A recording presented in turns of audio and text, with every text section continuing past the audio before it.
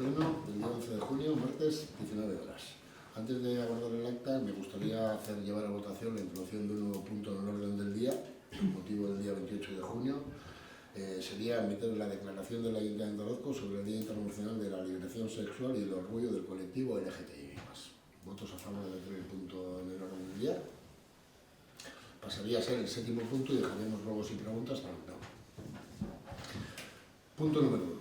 Aprobación del acta de la sesión ordinaria celebrada el 14 del 5 del 24. ¿Votos a favor de la aprobación del acta?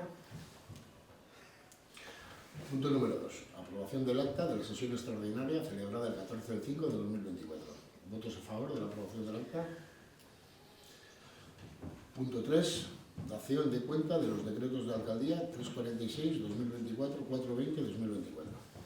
¿Tenéis alguna pregunta sobre esto?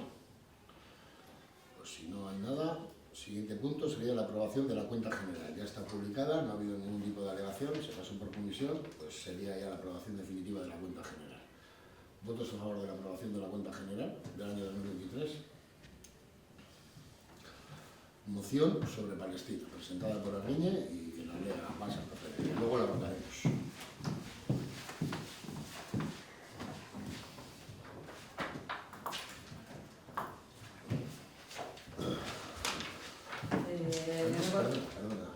Antes que nada, me gustaría decirte que perdones, porque esto se introdujo en el mes de febrero y por una cosa a otra se nos pasaba, igual que a vosotros con el tema del país de Ayala.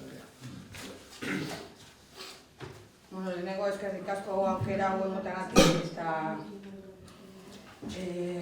besterik gabe irakurriko dut zioen azalpena eta zergatik aurkeztu dugun mozio hau. 9 hilabete igaro ondoren, Israelek Gazako eta Zisjordaniako auzoetan, eskoletan, errefuxiatu gunetan, ospitaletan, unibertsitateetan eta ambulantzietan bonbardaketak eta limiterik gabeko masakreak egiten jarraitzen dute. Aldi horretan, nazioarteko zigor auzitegiko fiskalak gerra krimenengatik ikerketak abiatu zituen. Eta giza eskubideen aldeko erakundeek eta Nazio Batuetako agentziek premiazkoa dute nazioarteko komunitateak premiazko neurriak hartzea sarraski hori geldiarazteko. Horri dagokionez, abenduaren 29an, Hego Afrikak Israel genozidioagatik salatu zuen nazioarteko justizia gortea. Hilabete beranduago, auzitegi berak ebatzia eman eta Israeli genozidioa saihesteko agindu zion. Eta ebatzi honetan aitortu zen gertatzen ari dena herri palestinarraren aurkako genozidioa dela. Era berean eta geroago Amnistia Internazionalak dio Israelek ez duela betetzen genozidioa saihesteko agintzen duen nazioarteko gortearen epaia. Gazara laguntza humanitarioa egokia iristen uzten ez duelako.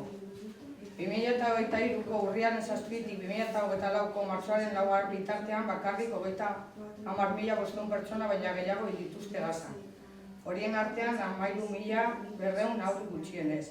Save the Childrenek salatu duenez, aurren heriotza gehiago izan dira Gazako zerrendan, azken hilabeteotan 2019tik munduko gatazka guztietan baino. Erakunde horren arabera, haur bat 10 minuturo hiltzen da Gazan. Genozidio delitua prebenitzeko eta zigortzeko konbentzioaren 2. artikulak Espainiako estatua sinatzaile duenak, estatuak behartzen ditu gizakeriaren aurkako mota horretako krimenak prebenitzeko eta zigortzeko neurriak hartzera. Gogora dezagun gainera, genozidio hori herri palestinaren aurka egiten ari dela. Amnistia Internazionalek eta Human Rights Watchek salatzen duten bezala hamarkadak daramatzan herri palestinaren aurka. Armak enbargatzea ezinbesteko urratsa da norabide horretan, eta betebear morala ez ezik legezkoa ere bada. Espainiako esparru juridikoan jasotzen den bezala, izan ere debekatu egiten da armak saltzea gatazkan dauden herrialdei edo giza eskubideen urraketa handiak dituzten herrialdei. Hauek dira arauak. 5.3.2.007 legea abenduaren 28koa defentsarako eta erabilera bikoizteko materialaren kanporatzailearen kontrolari buruzkoa. Armen merkataritza buruzko tratatua. Espainiak 2014ko martxoaren 17an berretsia. 2008ko jarrera bateratua, 944 gazpe 2008ko abenduaren 8koa, teknologia eta ekipo militarren esportazioa kontrolatzeko arau komunak zehazten dituena. Aurretik ere antzeko erabakiak hartu izan ditu Espainiako gobernuak. Hala nola, Libian 2011an armen salmenta etetea, PSOE agintean zela, edo istiluen aurkako materialaren salmenta Venezuelan. 2014ko abuztuan Israeli armak saltzeko aldi baterako etenaldiaren aurrekariare badugu. Data horretan, Mariano Rajoy presidentea zela, Israelek 2.205 pertsona palestinar erai zituen. Gazan, horietatik 518 haurra. Garai hartan, arman barroa justifikatua bazegoen, gaur egun ezinbestekoa da. Garrantzitsua da arman barroa norabidetan ulertzea. Hau da, Israeli armamentua eta segurtasun teknologia saltzea eta erostea debekatu behar zaio. Espainiak saltzen duenak, baino askoz arma gehiago erosten dizkio Israeli. Israelek Palestina erabiltzen du, batez ere Gazako zerrenda. Esperimentazio eremu gisa arma berriak eta represio metodoak probatzeko eta gero esportatu egiten ditu, munduko biztanleri zibilaren aurka erabiltzeko. Produktu horiek borrokan frogatutako gisa iragartzen dira, eta hori balio erantzi bat bihurtu da segurtasunaren eta nazioarteko defentsaren merkatuan. Israelek sustatzen duen marka borrokan probatua da, eta Palestinako populazio zibilari buruz probatu diren produktuei egiten die referentzia. Genozidio bate kontuak eman beharko lituzke eta ez etenik ekonomikoak. Espainiako estatuko gobernuak ez ezik, Eusko Jaurlaritzak, Nafarroako gobernuak eta tokiko administrazioek ere mundu osoan bakea mantentzen eta giza eskubideak errespetatzen laguntzeko erantzukizuna eta beharra dute. Eta horretarako Israelek Palestinako herriaren aurka egiten dituen krimen sistematikoen aurrean duen zigorgabetasuna amaitu behar da. Giza eskubideak betetzen direla ziurtatzea administrazioaren maila guztietara hedatzen den bete beharra da. Hala nola, Israelgo enpresa konplizeetan inbertsio publikoa kontrolatzea. Egia da, estatuetako eta lurraldeetako gobernuek zeregin garrantzitsua dutela giza eskubideen sustapenean eta babesean. Baina tokiko gobernuek vanguardian egon behar dute eta pertsona guztientzako giza eskubideen errespetua bermatu behar dute. Horregatik guztiagatik Orozkoko udalari eskatzen diogu. Batetik, Palestinan berehalako zuetena eskatzea eta gobernuari eskatzea. Gazako zerrendan laguntza humanitario sartu eta emango dela ziurtatzea, beti ere langile humanitarioen babesa bermatu. Biztanleria zibilaren aurkako eraso guztiak salatzea eta nazioarteko eskubide humanitariokiko eta giza eskubide nazioarteko zuzenbidearekiko errespetua eskatzea. Nazio Batuetako erakundeak, gerra, krimenak eta gizarteriaren aurkako krimenak amaitzeko eta zigortzeko behar dituen mekanismoak aktibatuz. Onartzea, okupazio koloniala eta apartheida direla gatazkaren egiturazko arrazoiak. Eta nazioarteko komunitateak Nazio Batuen ebazpenak eta giza eskubideen nazioarteko zuzenbidea bete behar dituela. Bake justu eta iraunkorra erabakitzeko berme gisa. Israelgo gobernuarekin harreman instituzional guztiak etetea, behin betiko zuetena izan arte. Palestinako herriaren giza eskubideak bermatu arte eta Israelek nazioarteko zuzenbidea eta Nazio Batuen ebazpenak bete arte. Eusko Jaurlaritzari eta Nafarroako gobernuari eskatzea udal honetatik egiten dugun bezala, Espainiako gobernuari exigi diezaiotela estatuko esparru juridikoan ezarritako betebeharrak bete ditzala eta Israelen norabide biko baitura militarra ezar diozala, baita Israelakin lankidetza militarreko eta segurtasuneko programa guztia bertan bera utzi ditzala ere. Palestinako herriaren eskubideak errespetatu arte. Eusko Jaurlaritzari, Nafarroako gobernuari eta Espainiako gobernuari Gazako zerrendaren aurka bombardaketak eta asetioak gelditzeko behar dinen neurri diplomatiko guztiak argitzatela, eskatzea. Israelgo gobernuaren eta haren arduradunaren aurka zigor programa barne eta Israelgo estatuarekin harreman diplomatikoak etetea. Nazioarteko zuzenbide eta Nazio Batuen ebazpena bete arte.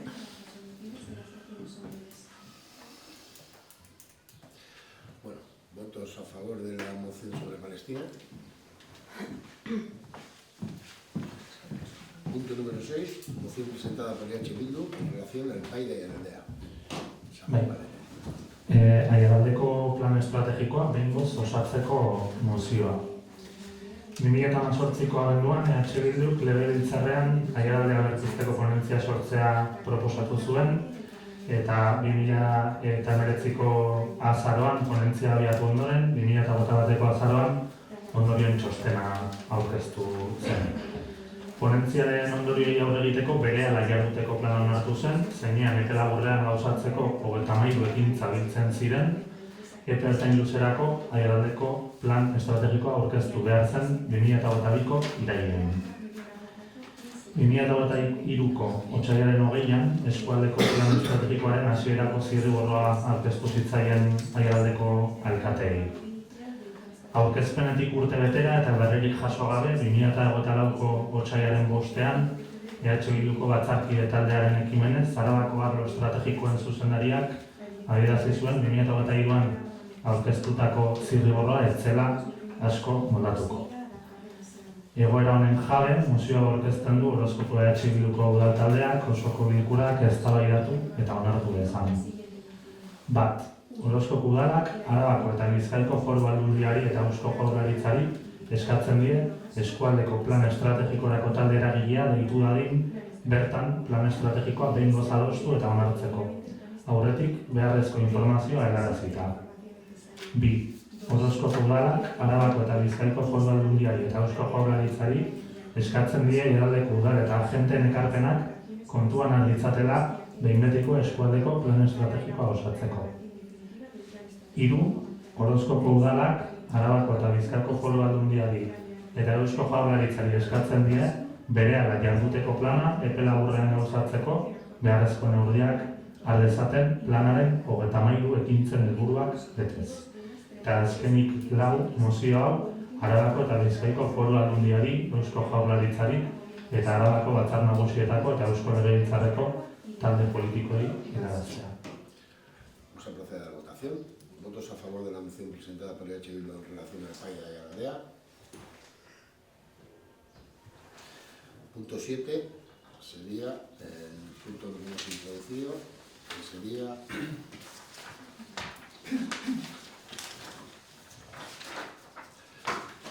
la declaración institucional del Ayuntamiento de Orozco, el Día Internacional por la Liberación Sexual y el Orgullo del colectivo LGTBI+, del 28 de junio. Se va a proceder a leer en euskera por Samo y en euskera.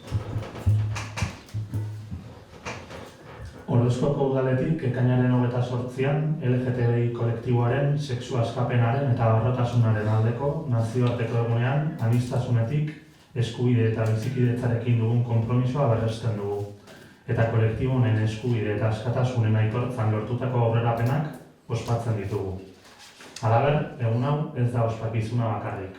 Egindako bidea eta oraindik benetako berdintasunen lortzeko egin behar den lana gogorarazteko ere bada.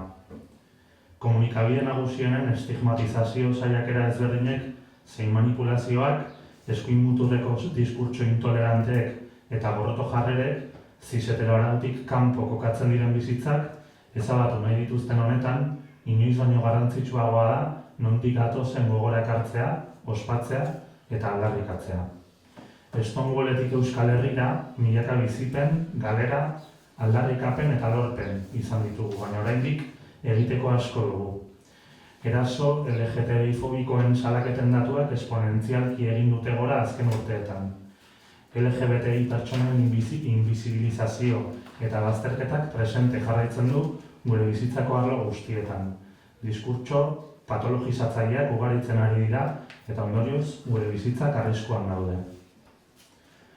Orozkoko udaletik gure eskerrik beroenak eman nahi dizkiegu sexu askapenaren aldeko borrokaren alde ahaleginak batu dituzten pertsona eta erakunde guztiei. Bere dedikazioari, konpromisoari eta ausardiari esker, gaur lorpen garrantzitsuak ospa ditzakegu giza eskubideen eta eskubide sozialen arloan. Pertsona horiek beren eguneroko lanarekin funtsezko zutabea izaten jarraitzen dute gizartea sentsibilizatzeko, kontzientziatzeko eta eraldatzeko, eta ingurune inklusiboagoa eta errespetuzkoagoa sortzen laguntzen dute. Hala ere, pertsona guztien berdintasunean aurrerapen ukaezinak egin diren arren, oraindik diskurtso LGTBI fobikoen albiste kezkagarriak iristen dira, lortutako lorpenetan atzerakada bat dakartenak. Diskurtso horiek gehienetan ezekintasunetik eta gorrototik eratorriak, lortutako aurrerapenak desagerraraztea eta diskriminazioa iraunaraztea bilatzen dute. Beraz, funtsezkoa da gizarte gisa erne eta tinko egotea eskuratutako eskubideen defentsaren alde. Hala, sexu eta genero aniztasunarekiko duintasuna eta errespetua kaltetzeko edozein ahalegin baztertuko dugu. Sexu eta genero aniztasunaren ikusgarritasunak gizarte gisa aurrera egiteko aukera ematen digu. Aniztasun hori aitortzea eta ospatzea, justizia ekintza izateaz gain, komunitate gisa aberasteko aukera ere bada. Ez dugu inolako atzerapausorik onartuko, kolektibo osoko ehunka lagunen ahaleginari esker lortutako eskubideetan.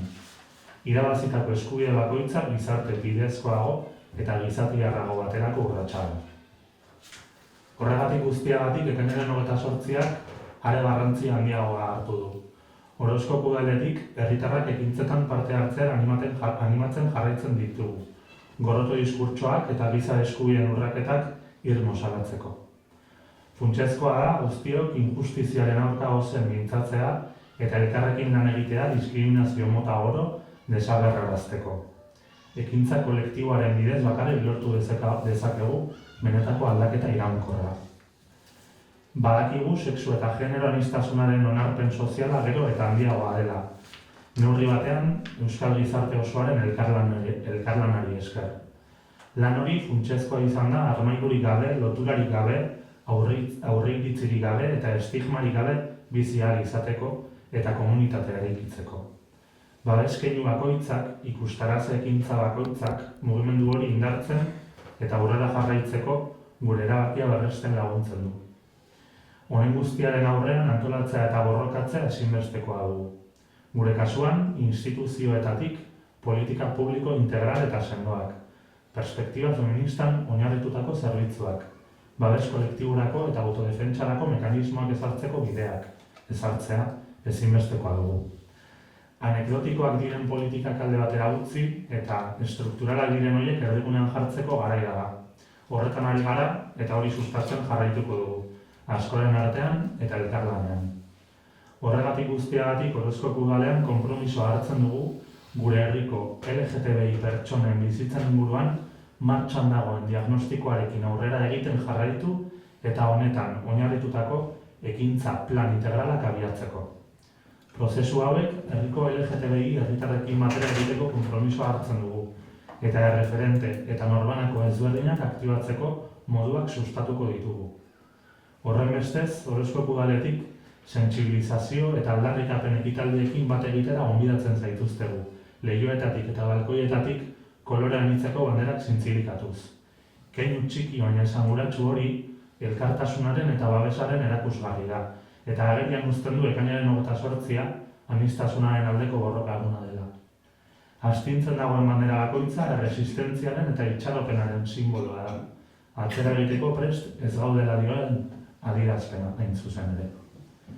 Honetaz gain dei egiten dugu ekainaren 28aren bueltan antolatu diren ekimen eta mobilizazioetan parte hartzeko eta amaitzeko LGTBI pertsonen bizitzak egunerokotasunean bizigarriak izateko lan eta borrokatzen ari diren kide eta kolektibo guztiak zoriondu nahi ditugu, arratzeko moduko mugimendua osatzen dugulako.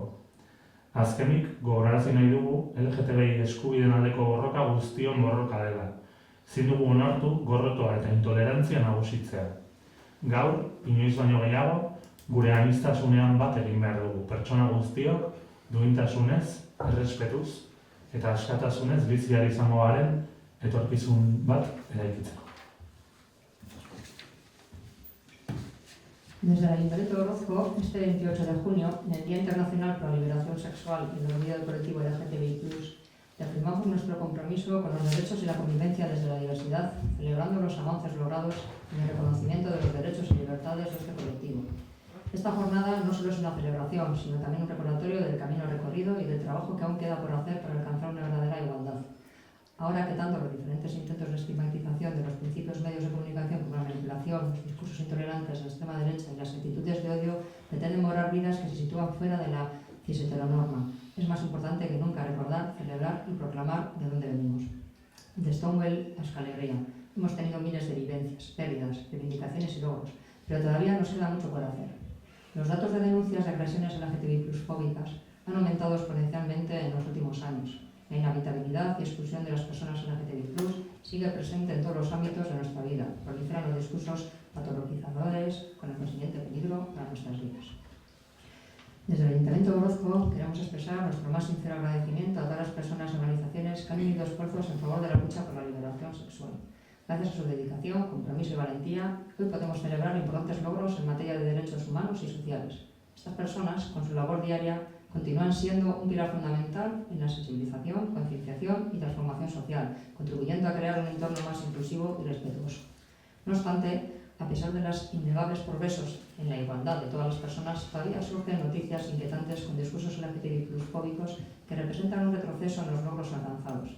Estos discursos, muchas veces alimentados por la ignorancia y el odio, buscan minar los avances conseguidos y perpetuar la discriminación. Es crucial que como sociedad nos mantengamos vigilantes y firmes en la defensa de los derechos adquiridos, rechazando cualquier intento de menoscabar la dignidad y respeto hacia la diversidad sexual y de género. La visibilidad de la diversidad sexual y de género nos permite avanzar como sociedad, reconocer y celebrar esta diversidad no solo en un acto de justicia, sino también una oportunidad para enriquecernos como comunidad. No permitiremos ningún retroceso en los derechos conquistados gracias al esfuerzo de cientos de personas de todo el colectivo. Cada derecho ganado es un paso hacia una sociedad más equitativa y humana. Es por ello que este 28 de junio cobra una importancia aún mayor. Desde el Ayuntamiento de Orozco seguimos animando a la población a actuar y a denunciar con firmeza los discursos de odio y las violaciones de los derechos humanos. Es fundamental que todos y todas alcemos la voz contra la injusticia y trabajemos de manera conjunta para erradicar cualquier forma de discriminación. Solo a través de la acción colectiva podremos lograr un cambio real y duradero. Somos conscientes de que la aceptación social de la diversidad sexual y de género es cada vez mayor, gracias en parte al trabajo conjunto de toda la sociedad vasca. Esta labor ha sido fundamental para construir una comunidad donde podamos vivir sin armarios ni ataduras, libres de prejuicios y estigmas. Cada gesto de apoyo, cada acto de visibilización contribuye a fortalecer este movimiento y a reafirmar nuestra determinación de seguir adelante. Ante todo esto, organizarnos y luchar es imprescindible. En nuestro caso, desde las instituciones es imprescindible establecer políticas públicas integrales y sólidas, servicios basados en la perspectiva feminista, cauces para establecer mecanismos de protección colectiva y autodefensa. Es hora de dejar de lado políticas que son anecdóticas y poner en el centro a esas que son estructurales. Estamos en ello y vamos a seguir fomentándolo entre muchos y colaborando. Por todo ello, en el Ayuntamiento de Orozco nos comprometemos a seguir avanzando con el diagnóstico que está en marcha sobre las vidas de las personas LGTBI+ en nuestro municipio y a poner en marcha planes de acción integrales basados en esto. Nos comprometemos a analizar estos procesos junto con la ciudadanía LGTBI+ y fomentaremos formas de activar diferentes referentes e individuos. Por eso, desde el Ayuntamiento de Orozco invitamos a todas las personas que se unan a los actos de sensibilización y reivindicación colgando en sus ventanas y balcones banderas multicolor. Este pequeño pero significativo gesto es una muestra de solidaridad y apoyo y visibiliza que hoy es un día de lucha por la diversidad.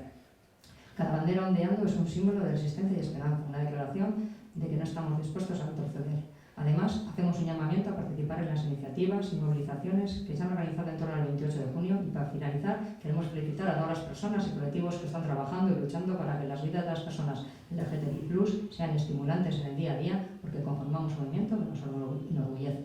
Finalmente, queremos recordar que la lucha por los derechos LGTBI+ es una lucha de todos y todas. No podemos permitir que el odio y la intolerancia prevalezcan. Hoy, más que nunca, debemos unirnos en nuestra diversidad, celebrando y trabajando de manera conjunta por un futuro en el que todas las personas podamos vivir con dignidad, respeto y libertad.